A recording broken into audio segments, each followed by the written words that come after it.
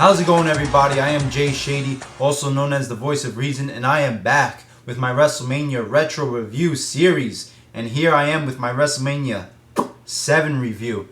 And I gotta say, Spinnernet, you were definitely right. I had a lot of fun with this WrestleMania. You know, I slept with it, I played with it, I did a bunch of naughty things with it. It was just so much fun. A very, very sexy show, I gotta say. And thank God, because WrestleMania 4, 5, 6, 3 really bad WrestleManias in a row, I wasn't going to be able to take one more bad one, and this one did not disappoint. It definitely brought some prestige and some excellence back in WrestleMania. Yeah, I like the show a lot.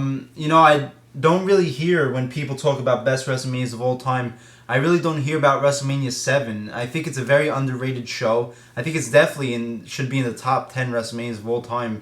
You know, probably, you know, not that far down on that list. This is a really, really good show. Yeah, you did have some bad matches here and there. I still think it was, you know, too many matches. Some matches you didn't need. But overall, I really have to say that this was like a saving grace. This really was a huge step up from the past 3 WrestleManias. Just some brief things that I liked about it. You had good commentating with, this is the first time Bobby Heenan and Gorilla Monsoon teamed up. Great stuff from Bobby Heenan. I liked the use of the celebrities. You had Alex Trebek, Marla Maples, some hot girl. Like Donald Trump's ex-wife, really hot chick. And Regis Philbin, and they all added to the show. They weren't, you know, annoying. They weren't cheesy. I liked their stuff that they did. And I just liked the basic structure of it. They went back to basic form, you know, have a basic wrestling show. There weren't any stupid tournaments, you know, no stupid battle royals. None of that nonsense, you know. It was just matches, title matches, one-on-one matches, tag team matches. You didn't have any stupid nonsense like you did in some of the past WrestleManias. I think they really tried to just go back to their basics, and that's why I think this show worked so much. I'll get right into it. There's one match that I really, really want to talk about on this pay-per-view, on this review. There's one match I really want to invest time talking about more than the other matches. So I'm just going to skim through the rest of the card. Not that, you know, the stuff I'm skimming through is bad or anything, but there's one really, really epic match that I have to talk about, you know, more than the other matches. So I'm going to get through this card, you know, a little fast. Your opening match, The Rockers, Shawn Michaels and Marty Jannetty against the Barbarian and Haku in the opening tag team match. Very enjoyable opening match. Good tag team match. You know, I liked it a lot. I think both teams worked well together. A very good tag team match. A lot of excitement, especially when Shawn Michaels got the hot tag towards the end of the match. Like a good tag team match, very enjoyable opener, very exciting, and the Rockers get the win when Shawn Michaels does a crossbody splash on, I forgot if it was Barbarian or Haku, but they pick up the victory. So Shawn Michaels' first WrestleMania win, you know, a highlight for me. Then you get Texas Tornado against Dino Bravo. I hope this is Dino Bravo's last WrestleMania because this guy sucks. This wasn't a good match at all. It was very sloppy, very botchy. Texas Tornado gets the win with like a spinning punch. Woo! This is a short match. Pointless. Didn't care for it at all. Then you get the British Bulldog versus the Warlord. 2 big guys, and they had a really good, powerful powerhouse match. I liked this match. It was pretty good. I liked how they, you know, were billing Warlord as being bigger than British Bulldog could. You know, the powerhouse that British Bulldog is, be able to do his moves to this huge Warlord guy, and he did. He was able to do the running power slam. British Bulldog gets the win. I thought this was a really good big guy powerhouse match. Then you get the Nasty Boys versus the Hart Foundation for the Tag Team Championship. Another good tag team match. Very enjoyable. Great, good stuff from both teams. There was like a long chin lock or a reverse chin lock in the match. But, you know, whatever. But it was exciting. You know, Bret Hart, great stuff. Both teams did great stuff. Nasty Boys get the win. Referee's back is turned, and I believe they hit Bret Hart with Jimmy Hart's helmet that he's wearing, and they win the tag team championship. Good match, very good tag team match. Then you get Jake Roberts versus Rick Martel in a blindfold match. This was probably this was one of the worst matches of the night. I just didn't care for this gimmick at all. It was just, I mean, they were both blindfolded, and they were trying to find each other in the ring. It was funny for like the first couple seconds, but then it went on 10 minutes, way too long. You could have done this in like 3 minutes. Basically, it was just, them trying to find each other for 10 minutes in the ring. I guess it's fun if you're there, trying to cheer to tell Jake the Snake where Rick Martel is. But if you're watching it on TV, it's just not good. Jake the Snake eventually gets Rick Martel in the DDT, and he picks up the win. Didn't think this was good, really, especially on TV. 20 years later, it just doesn't work. Then you get the introduction of The Undertaker versus Jimmy Snuka. This was just pretty much a squash match for The Undertaker to beat up Jimmy Snuka in 4 or 5 minutes. There was some sloppy spots. Definitely not, what you think of classic Undertaker WrestleMania matches like recently. It was what it was. It was just The Undertaker being billed as a dominant, upcoming talent. And you can guess who got the victory. Then you get, the next match is what I'm going to save for last. So after the match that I'm going to talk about at the end, you got Tenryu and Katao versus Demolition in a tag team match. This was just basically a match for the audience to catch their breath after the previous retirement match that they just witnessed, that epic battle that I'll talk about at the end. This was just, everybody gained their composure, everybody calmed down, go to the bathroom, because everybody was so into that retirement match. So this, this was just filler. It wasn't good. Tenryu gets the win when he powerbombs one of the Demolition guys. Nothing to talk about. Not good. Then you get Big Boss Man versus Mr. Perfect for the Intercontinental Championship. I liked this match. I thought this was a good match. It went on for a while. I liked it was like a brawl / wrestling match. I liked Big Boss Man. Very energetic in this match. Very fast paced, running around a lot. You had a nice spot with Andre the Giant coming out, being a face and trying to attack Bobby Heenan. He hits Mr. Perfect with the title belt while the referee's not looking. I thought that might have been, the point where Big Boss Man was going to score a pinfall victory, but it wasn't. It ends with a disqualification. Haku and the Barbarian start beating up Big Boss Man. I didn't mind this disqualification that much, I'll say, just because this was the only disqualification on the show. You didn't have like 5 other matches that ended in disqualification. So, whatever. They wanted to keep the title on Mr. Perfect, and they didn't want to bury Big Boss Man doing it. So, it was what it was. It didn't bother me that much, this disqualification. So I thought this was a good match. Then you got Earthquake versus Greg the Hammer Valentine. This was just, I guess it was kind of a squash match. Earthquake just beating Greg Valentine in 3 minutes with the Earthquake splash where he sits on his chest. Not a good match. Bad match. Then you get Legion of Doom versus Power and Glory. This is Legion of Doom's first WrestleMania appearance. This was just a squash match. Legion of Doom beats Power and Glory in a minute. This was an enjoyable squash match. It was fun for the minute that it was, so I didn't mind it. Legion of Doom just gets the Doomsday Device on one of the Power and Glory guys and picks up the victory. So, whatever. Then you get Virgil against Ted DiBiase. I thought this was an okay match. This had a lot of story going into it.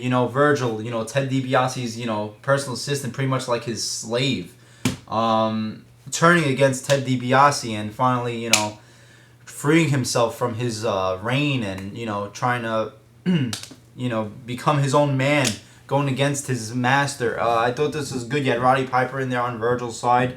I thought it was good how, Virgil was trying to outsmart Ted DiBiase, catch him off guard, make him, a little frustrated.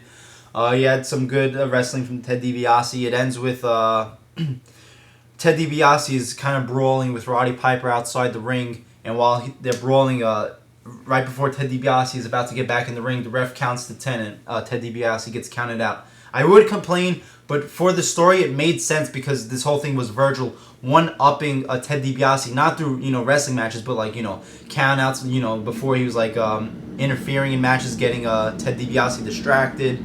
So it made sense with the story, Virgil getting the win through outsmarting him, Ted DiBiase getting counted out. So I didn't have a problem with the count out, and I thought it was an okay, enjoyable match.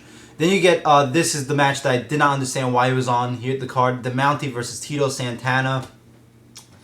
This was a minute match. It wasn't a squash match. It was just like, they really, it was Tito Santana doing offense. Then when the referee's not looking, the Mountie hits Tito Santana with the scepter in the stomach and picks up the victory.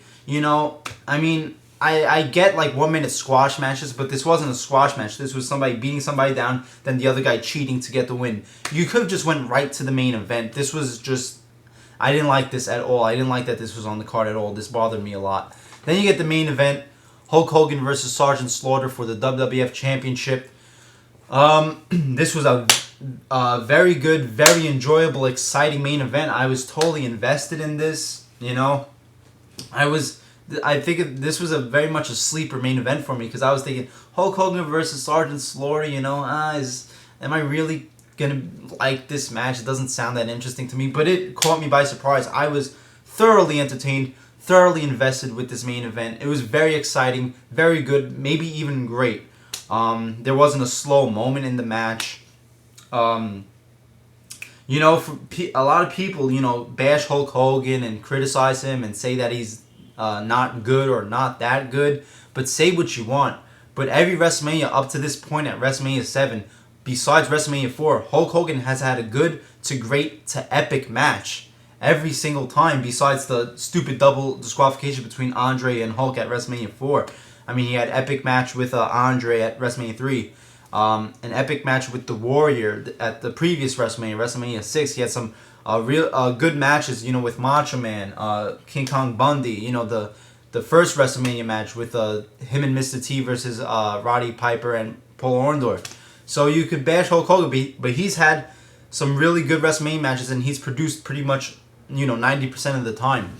This was a very enjoyable match. You had a great story. The story really helped this match a lot. You had Sergeant Slaughter, a guy for America, turning against America, going with the Iraqi cause, and Hulk Hogan fighting for America. You had them trying to book Hulk Hogan as a new, improved Hulk Hogan. I liked it. He was trying to bring out some more wrestling moves. He was trying to go to the top rope more. He was doing different stuff. He just had great fan interaction. I thought this was a good, really enjoyable match, and what always helps the match, what always propels the match to the next highest level where you remember it, is a great story. Especially being a lover of film, a story is so much more important than just having a good wrestling match. Yeah, it's nice to have a great wrestling match, but what makes you remember shit is the story. That's why internet fans just sometimes focus too much on the technical wrestling aspects of a match. You have to focus on the story, and this was a great story.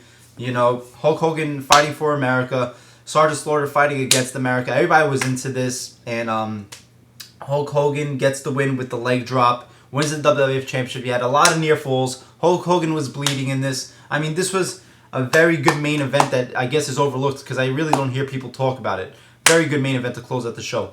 But last, but definitely not least, what I really want to talk about right now is the retirement match. Macho Man versus Ultimate Warrior. Macho King versus Ultimate Warrior in the retirement match. Both guys putting their careers on the line. This match, from the opening video package to the end of the post-match segment, lasted about 35 minutes. So let me tell you really fast the story behind this match.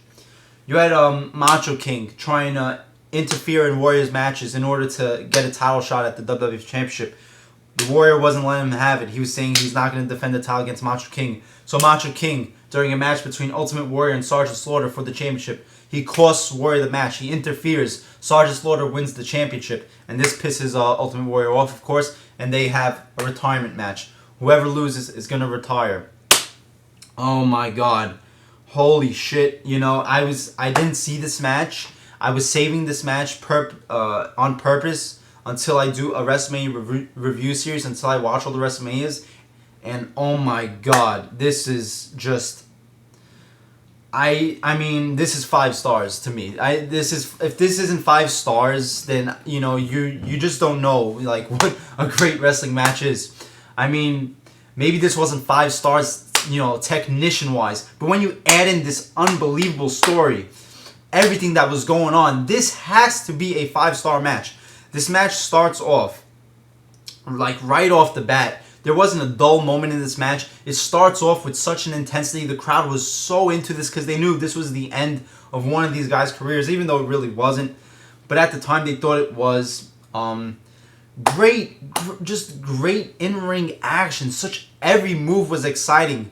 And you hear, these stories about Macho Man and Ricky Steamboat planning out their WrestleMania 3 match, step by step, spot by spot, knowing it by heart, writing it in a textbook. And you see how much of a perfectionist Macho Man was, how he knew to execute every single spot, and how it was rehearsed, planned, and how he just knew when a spot would work. Because you had so many great spots in this match. You had Macho Man doing the 5 flying elbow drops to Warrior, and that still wasn't enough. Warrior still kicked out. I mean, oh man, the crowd was crazy over that. Then you had Warrior doing the gorilla press slam and the splash to Macho Man, and Macho Man kicks out. And then the great Ultimate Warrior starting to doubt himself, doubting the gods, doubting the warriors that he no longer has the power, and he starts to walk away. He decides, if I can't beat Macho Man with my splash, then I might as well quit. He starts to walk away. Then Macho Man tries to attack him. Warrior moves out the way and he gets back that power. This is like a movie. It's like watching a great movie unravel its plot. This was amazing. If you haven't watched this match, please watch it. Chills throughout the whole fucking match. Oh man. You had the Warrior finally being able to beat Macho Man with 3 flying shoulder block tackles.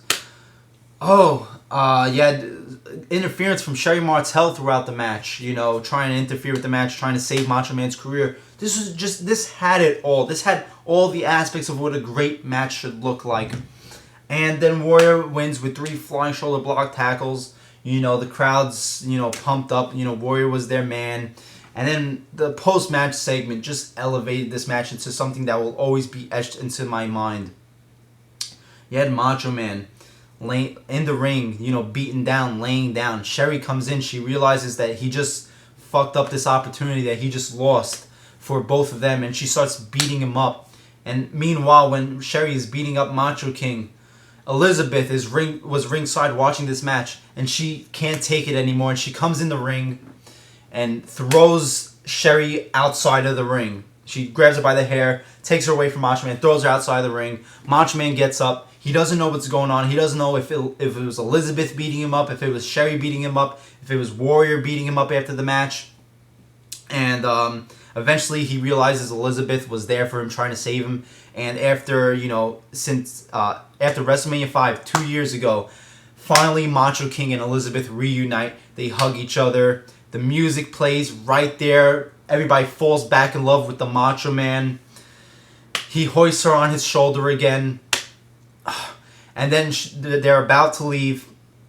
And she's holding the rope for him to walk out like she always did when she was his manager. But this time he says, no, I'm not having that. He, for the first time, holds the ropes for her and shows her respects and holds the rope for her to leave the ring. Oh my God! Wow, what a way to make any man feel like a pansy boy after watching this match. Because, I'm not scared to admit, I was choked up during this post-match segment. Especially taken into the fact that both of these people, have passed away, and such great characters. I mean, I was choked up. I might have had some tears in my eyes. One of them might have rolled down. I'm not going to say anything, but it might have. There might have been a tear that rolled down. But you know what? I don't care. It is not girly to fucking, get choked up during this match. Because this was amazing. You don't even get this great storytelling in some great movies. Oh my God. This is what wrestling used to do. You do not get anything like this anymore. And it sucks. This is an example of perfect storytelling. One of the most beautiful matches I've ever seen. One of the most, especially with the post-match segment added in. From beginning to end, one of the greatest things I've ever seen in my life. In wrestling, movies, music, any type of art. This is amazing. Please watch it if you haven't. That was heartwarming. That was an unbelievable match. There you go. I had to praise the hell out of this match. So all in all, especially with the main event delivering, because I was thinking maybe I'll give it an 8 to an 8.25 because you didn't have you had some good matches, but only one really epic match, which was that retirement match. But the main event definitely delivered, and I was not expecting it to deliver as much as it was. So I'm going to give this an 8.5 out of 10. Definitely the best WrestleMania so far from 1 to 7.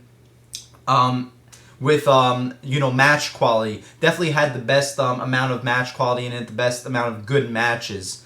WrestleMania 3 had 2 epic matches, and it had a better atmosphere, and it was a lot more innovative. But this, for the matches themselves, definitely was the best so far, match quality wise.